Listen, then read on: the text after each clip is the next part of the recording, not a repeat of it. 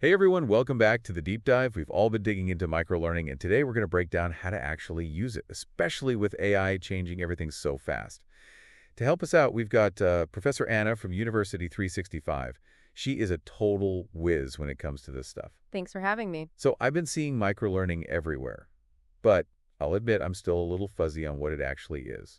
What's the deal? Well, it's all about learning in bite-sized pieces, really tapping into how our brains work best. Okay. Instead of trying to cram a ton of information all at once, you break it down into digestible chunks, focus on applying it right away, and repeat that process over time. This is especially crucial now with AI changing things so fast. That makes a lot of sense. Our attention spans aren't exactly getting longer, are they? But then how do you make sure you actually remember all those little bits of knowledge? That's where the repetition and application come in. Think of it like learning a new language. You wouldn't just memorize a dictionary, right? You'd start with basic phrases, use them in conversation, and gradually build up.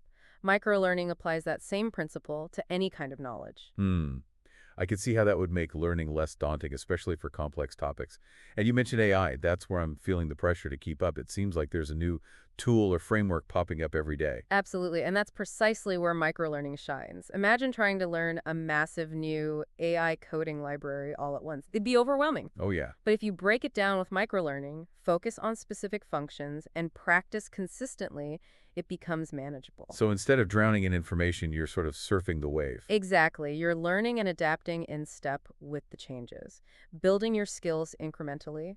And this is something we really focus on at University 365, especially with our UNOP system, which stands for University 365 Neuroscience Oriented Pedagogy. Now, that sounds intriguing. Tell me more about UNOP and how it makes a difference in your approach. It's all about integrating techniques backed by neuroscience to optimize the learning process. Things like the Pomodoro method for focused bursts of work, mind mapping to visualize connections, even binaural sounds to enhance focus, all these things come together to help you learn more effectively. So it's not just about the content, but about how your brain actually absorbs it. Exactly, and we apply this to everything from our 5 Minutes to Success or 5 MTS lessons to our DTL podcasts. Hold on, 5 minutes to success. That sounds right up my alley. Are these like mini crash courses? They are. Each 5 MTS lesson covers a specific topic like a new AI concept or a coding technique in just 5 minutes. It's about getting that key knowledge in a way that fits into even the busiest schedules. Okay, I'm definitely going to have to check those out. And what about the D2L podcasts? Are those for when you want to dive a bit deeper? Absolutely.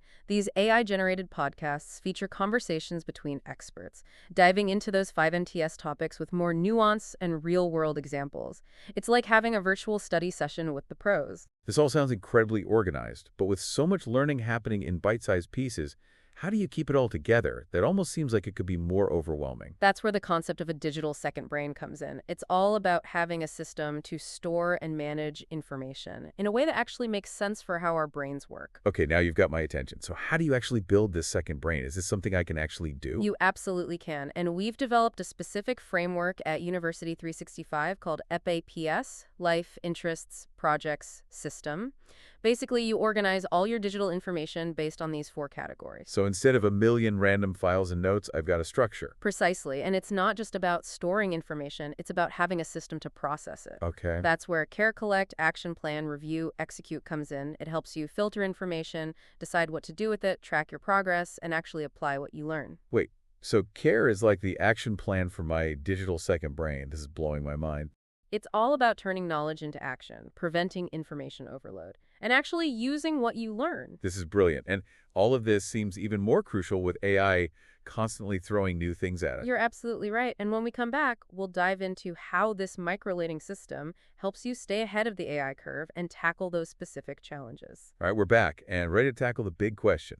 How does microlearning actually help us keep up with AI? It feels like every time I turn around, there's a new tool or framework I need to know. It's true, the pace of change can feel overwhelming.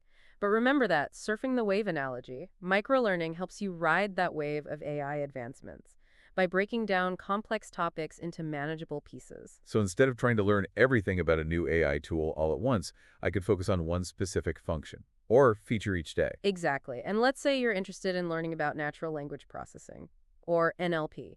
Instead of getting bogged down in a massive textbook, you could start with a 5-minute 5 MTS lesson that explains the basic concept of NLP. Okay, that feels a lot less intimidating already. But what if I want to go deeper than a 5-minute overview? That's where the D2L podcasts come in. You could find a D2L episode where experts discuss real-world applications of NLP, like chatbots or sentiment analysis. It's like getting a personalized lecture, but on your own time and at your own pace. So I'm getting the foundational knowledge in those quick bursts, then diving deeper with a podcast when I have more time. But how do I actually make sure I'm retaining all of this information? This is where having that digital second brain, organized with LAPS and driven by the CARE framework, becomes so powerful. Each time you learn something new through a 5MTS lesson or a D2L podcast, take a moment to collect that knowledge in your LRPS system. So I could create a note in my interest folder within LAP, titled NLP, and jot down the key takeaways from the 5MTS lesson and the podcast episode. Precisely. Then use the action plan stage of CARE to decide how you're going to apply this new knowledge. Maybe you set a goal to spend 15 minutes each day experimenting with a simple NLP coding library.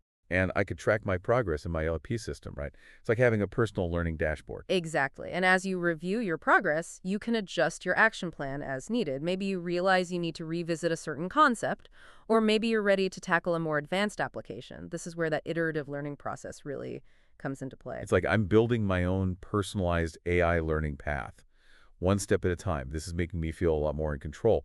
But what about those moments when I hit a wall? I'm all for learning new things. But I'll be honest, sometimes I get stuck and frustrated. That's totally normal, and this is where having that LAPS system really pays off. When you encounter a problem or a concept you don't quite grasp, go back to your notes.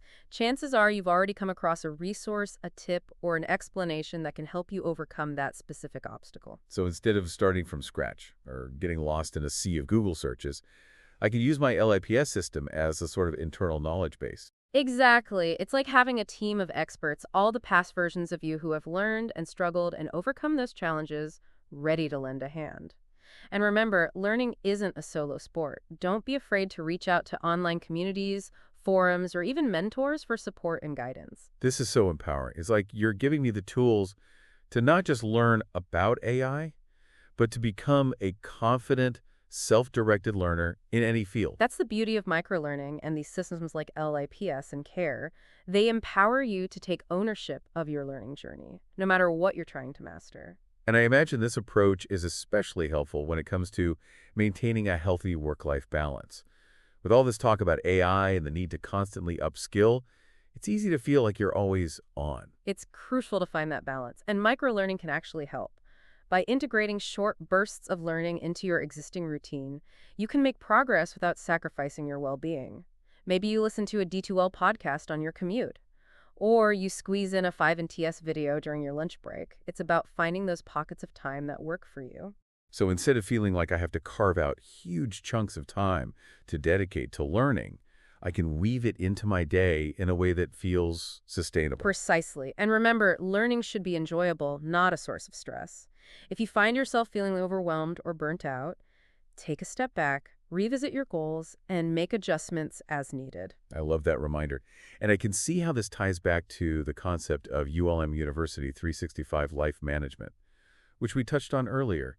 It's about taking a holistic view of your life and ensuring that learning enhances your well-being, not detracts from it. Absolutely. It's about recognizing that you're a whole person with various needs and aspirations, and that learning should integrate seamlessly with all those aspects of your life. This has been incredibly insightful, Professor Anna.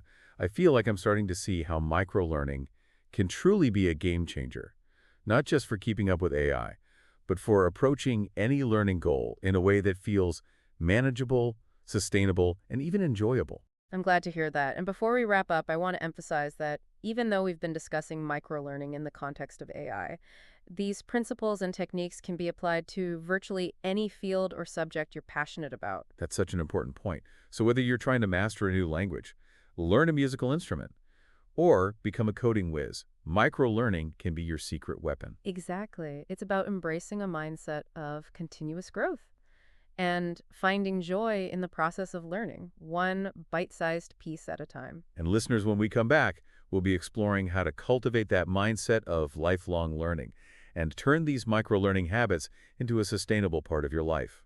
Stay tuned. We're back and ready to solidify these microlearning habits. I'm feeling inspired to make this a part of my life. But how do we keep that momentum going, especially when things get busy?